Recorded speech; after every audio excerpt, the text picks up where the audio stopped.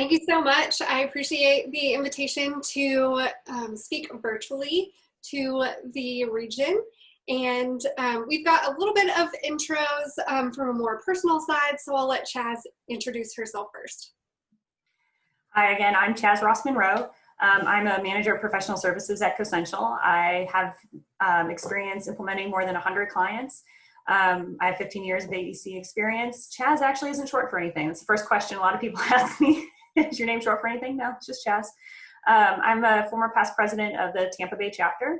And as mentioned in my bio, I did write a book, Sink or Swim Faster. And I am a proud mom of a 14-month-old Mycroft. His name came from Sherlock Holmes, if any of you are fans. The older, smarter brother of Sherlock Holmes is Mycroft. So, and my husband's a big fan, so that's where he gets his name from. So just a pleasure to be here. Thank you for the opportunity to present today. We love Mikey. He is adorable. I'm Courtney Kearney, founder and owner of CKearney Consulting. I'm a wife, mom, and data-loving marketer. I was born into the AEC industry. Unlike some, I didn't slip and trip and fall. I chose to be in this industry. My dad was a construction manager, and I grew up going to the job sites, and so construction and the built community really got into my blood at a young age. I am a Texas girl, born and raised. I live in the DFW area, and I'm a Fightin' Texas Aggie, class of 2006. And I started working at a construction firm in 8th grade. And they stuck me in a closet and said, you can type fast, you're young. And so I put all this information from 3-ring binders into the computer. I went back to work for that construction firm after I graduated college and recognized a lot of the information. Little did I know that in 8th grade, I was entering data into my first CRM. So I like to say that my CRM experience goes all the way back to 8th grade. Like I mentioned, I am a mom. Emily is named after her 3 aunts. And Aiden means little fire, and her daddy was a firefighter. He is now an ER nurse and getting very acquainted with COVID. So a little bit of logistics and housekeeping for us today. We want to make this very interactive. So the first thing you'll notice is that we are sharing our video feed. If it is in the way of our slides, you can switch to side-by-side mode up in your options. So in your toolbar panel, you should have a selection for more and be able to change it to side by side. Or if you exit the full screen mode, it'll pop us up to the top bar. Like I said, I want this to be interactive. So we've got interactive polls. All you have to do on the poll is vote. We do have a couple open-ended questions, so we want to hear from you. You've got 3 options to answer those open-ended questions. You can put it in the chat window, which is private, and we'll go to the panelist. We'll read it on your behalf. You can put it in the Q&A panel, which is public, so everyone will see your comment. We'll still read it on your behalf. Or you can click raise your hand in the toolbar. It should be in the center of your toolbar. And then we'll open your mic and allow you to ask your question live or share your feedback to our open-ended questions. Now, we do acknowledge that there is red tape in implementing change. We're talking about change management today. However, we do want to plug or plant the seed that some of the techniques and strategies that we're going to be sharing today can be effective for you and your change or a team. So you don't have to think about, oh, I can't make change for my firm-wide, so I feel like I should give up. A lot of these techniques can be made on a smaller scale as well. So that leads me to, we've got a problem. Chaz, what is that problem?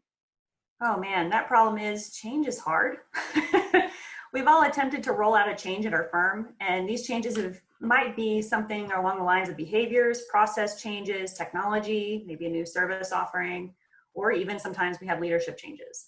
And unfortunately, a lot of firms really struggle with rolling out changes or new initiatives, and a lot of these fail. Why? Well, they fail because any kind of long-lasting or enduring change takes time and commitment to carry out. In our presentation today, we want to give you a framework to help you roll out any kind of change that you want to make in your organization. Throughout this presentation, we're going to bring up a lot of examples that include technological change, like implementing a new CRM. Courtney and I have done this a few times. But you will also find that a lot of these principles are applicable to more than just technology changes. So in order to roll out any kind of successful change or initiative, you need to have a solid change management process. And today we're going to focus on the 8-step process Dr. Cotter first outlined in his 1996 book, Leading Change. He has since become a well-known authority on change, and now I think it's time that we hear a little bit more from the man himself.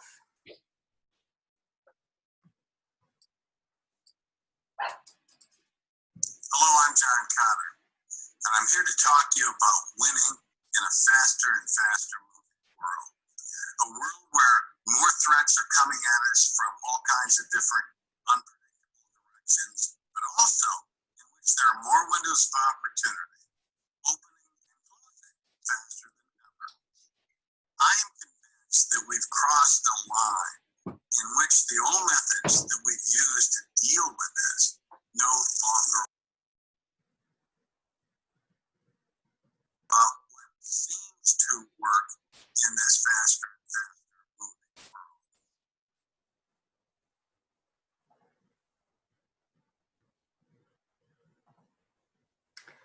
All right, looks like we're having a few problems with the video. I apologize for that, but basically the gist of what Dr. Cotter was talking about is change is accelerating. And I think we all can agree with that, especially in the middle of a crisis right now with COVID. That really has put change in the way that we work right in the forefront. So let's talk about these steps and how to manage some of this change that we're experiencing, or how we can better manage this change that we're experiencing. So the first step is creating a sense of urgency. And I think right now a lot of us can say, well, we are in a state of urgency, but that is the first step, is making sure that others understand the need for the change. The second step is forming the right team or the right guiding coalition to move the change forward. The third step is making sure that you have a clear vision and strategy in place. And the fourth step is making sure that you communicate the change moving forward in a way that really helps convey the message and make sure people understand what you're trying to achieve. The fifth step is about empowering others to act and inviting them into this change. The sixth is celebrating short-term wins and capitalizing on those. Seventh, don't let up, keep your foot on that pedal. And the last, creating a new culture. So let's dive into why and what would be underscoring most transformations or changes in our firms. Ultimately, it comes down to two areas. We're trying to increase revenue or profit, or decrease cost. Or we're trying to become more efficient or effective, which is ultimately decreasing our cost and increasing our revenues. So really, most change boils down to we're trying to do both. Go ahead.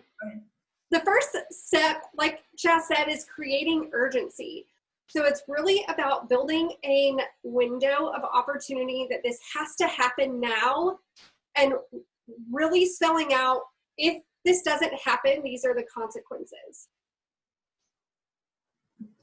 All right, creating a sense of urgency really is the single most important element of a successful change management strategy. Successful firms that are able to continually refer back to what their sense of urgency is really stand a better chance of seeing that change be successful. Now, you can create a sense of urgency maybe if there isn't one, but some good examples of a sense of urgency that precipitates a change might be maybe your software is discontinued. Maybe your firm is using a coding software that's not supported by the tech firm that recently acquired it. Software pricing model changes. So like maybe you're using a system and the vendor raises the price, and that's just not feasible for your firm. A merger or acquisition. Sometimes when a firm is acquired by another firm, they decide to roll out a different kind of process, a different kind of technology, or many different kinds of technology, many different types of processes. These all can create a sense of urgency to adopt a change quickly. Business changes. Maybe your firm changes from a cash-based business to an accrual, and now you need some new systems to support it. And a recent case for a sense of urgency or a very urgent situation is when you have a founder retiring, and you're going to lose a lot of historical information, a lot of relationships, and you need to figure out a way to quickly harness what that founder was able to create and make use of that in the future. So not only do you need a strong sense of urgency to initiate a change, but you need to make sure that 75% of your management team thinks it's a good idea as well.